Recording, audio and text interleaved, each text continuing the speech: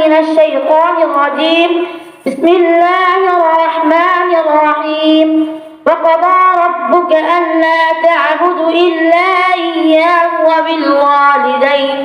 وبالوالدين إحسانا وقال النبي صلى الله عليه وسلم الجنة تحت أقدام الأمهات أو كما قال عليه الصلاة والسلام إن الله وملائكته يصلون على النبي يا أيها الذين آمنوا صلوا عليه وسلموا تسليما সকল মুহাব্বতের সাথে দরুদ শরীফ পাঠাই আল্লাহুম্মা সাল্লি আলা সাইয়্যিদিনা ওয়া নাবিয়িনা ওয়া শাফিয়িনা ওয়া হাবিবানা ومولانا محمد صلى الله على آله وصحبه أجمعين وبارك وسلم মুআজ্জাজ মুহতারাম সম্মানিত হাজির বিন্দু আজকে এই আদর্শপাড়া জামা মসজিদ দারুস সালাম রনি হাফেজিয়া মাদ্রাসার উদ্যোগে এই বিশাল ওয়াজ মাহফিল এই ওয়াজ মাহফিলে সম্মানিত প্রধান বক্তা সম্মানিত বিশেষ বক্তা সম্মানিত সভাপতি সম্মানিত বিশেষ অতিথি এবং মুরব্বীবৃন্দ এবং আমার সামনে বসা প্রাণীয় ছাত্র ভাইয়েরা এবং পর্দার আড়ালের মা বোনেরা এবং এই মাইকের আওয়াজ যতদূর পর্যন্ত যায় ততদূর পর্যন্ত দিনদার মুসলমান ভাই বোনেরা সকলের প্রতি আমার আন্তরিক মোবারকবাদ ও আবার সালাম। আসসালামু আলাইকুম ওয়া রাহমাতুল্লাহি তাআলা ওয়া বারাকাতুহু। আমি কি মৃত ইসলামে সালাম দিয়েছি?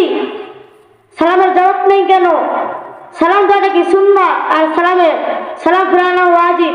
রাসূল আকরাম সাল্লাল্লাহু আলাইহি সাল্লাম বলেছে যে ব্যক্তি সালাম শুনবে তার জন্য সালামটা ওয়াজিব হয়ে যায় আর যে সালামটা ফেরাবে না তার কবিরা গুনাহ হয়ে যায়।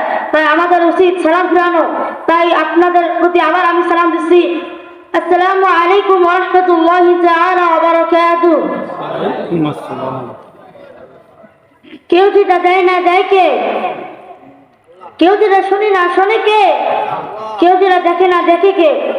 আপনারা নিজেরাই বললেন যে কেউ যেটা দেখে না দেখে আল্লাহ, কেউ যেটা শোনে না শোনে আল্লাহ, কেউ যেটা দেয় না দেয় আল্লাহ। তাহলে আমরা শুকরিয়া আদায় করবো কার?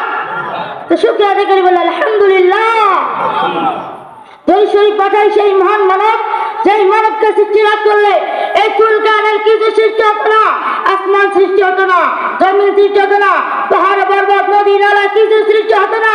সেই আখিরি জামানের নবী বিশ্ব নবী তিনি ছিলেন মদিনার বাতি, তিনি ছিলেন ৮৭ যুদ্ধের সেনাপতি। তিনার প্রতি সবাই দরুদ শরীফ পাঠাই সকলে বলি সাল্লাল্লাহু আলাইহি ওয়াসাল্লাম। আমরা বেশি বেশি করে আল্লাহ ছাড়া শুকরিয়া আদায় করবো, কেননা আল্লাহ ছাড়া আমাদেরকে দুনিয়ার মধ্যে পাঠাইছেন। সে আল্লাহ শুকরিয়া যদি আমরা না করি তাহলে কিয়ামতের দিন আমরা কি দেব, কি জবাব দিব? আমরা দুনিয়ার মধ্যে বেশি দিন বাঁচি থাকবো না, কখন জানি আমাদের মৌত চলে আসে। আর নয় অল্প কিছু দিনের মধ্যে আমরা চলে যাব, কখন জানি চলে যাব ঠিক নেই। আল্লাহ ছাড়া কিয়ামতের দিন আজরাইল আলাইহিস সালামকে বলবেন ইয়া মালাকুল মাউত, দুনিয়ার মানুষদের তুমি রূহ কবজ করে নিয়ে আসো। মালাকুল মাউত দুনিয়ার মানুষের রূহ কবজ করে নিয়ে আসবে। আল্লাহ বলবে আকবরিনি মান ইয়াবকা, ইয়া মালাকুল মাউত আর কে আছে? মালাকুল মাউত আল্লাহ, দুনিয়ার মধ্যে আর কেউ নেই, এখন জিনেরা বাকি আছে। আল্লাহ তাআলা বলবেন যাও জিনদের রূহ কবজ করে নিয়ে আসো। মালাকুল মাউত জিনদের রূহ কবজ করে নিয়ে আসবে। তারপর আল্লাহ তাআলা আবার বলবেন আকবরিনি মান ইয়াবকা, ইয়া মালাকুল মাউত আর কে আছে? মালাকুল মাউত আল্লাহ, আপনার হুকুমে মানবদের রূহ কবজ করলাম, আপনার হুকুমে জিনদের রূহ কবজ করলাম। আল্লাহ এখন ইবলিস বাকি আছে। আল্লাহ তাআলা বলবে যাও ইবলিসের রূহ কবজ করে নিয়ে আসো। ইবলিস শেষ। আল্লাহ তাআলা বলবে আকবরিনি মান ইয়াবকা, ইয়া মালাকুল মাউত আর কে আছে? মালাকুল মাউত আল্লাহ, আপনার হুকুমে মানবদের রূহ কবজ করলাম, জিনদের রূহ কবজ করলাম, ইবলিসের রূহ কবজ করলাম। আল্লাহ এখন ফেরেশতারা বাকি আছে। আল্লাহ তাআলা বলে যাও ফেরেশতাদের রূহ কবজ করে নিয়ে আসো। ফেরেশতারাও শেষ। চারজন বাকি। কয়জন বাকি? ইসরাফিল আলাইহিস সালাতু ওয়াস সালাম, হযরত জিবরাইল আলাইহিস সালাতু ওয়াস সালাম, হযরত মিকাইল আলাইহিস সালাতু ওয়াস সালাম ও হযরত আজরাইল আলাইহিস সালাতু ওয়াস সালাম। আল্লাহ তাআলা বলবেন ইযহাব ইনজালিক ইলা জিবরিল ওয়াকওয়াত রূহা, যাও জিবরাইল রূহ কবজ করে নিয়ে আসো। ইযহাব ইলা মিকাইল ওয়াকওয়াত রূহা, যাও মিকাইল রূহ কবজ করে নিয়ে আসো। ইযহাব ইলা ইসরাফিল ওয়াকওয়াত রূহা, ইসরাফিল রূহ কবজ করে নিয়ে আসো। এক একে তিনজন শেষ।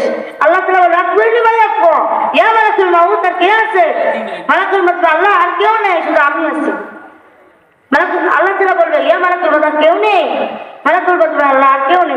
বলবে মালাকুল মউত বলবে, তুমি মারো, তুমি তো সবার জানটা কবজ করো, তুমি মারো, তুমি মারো।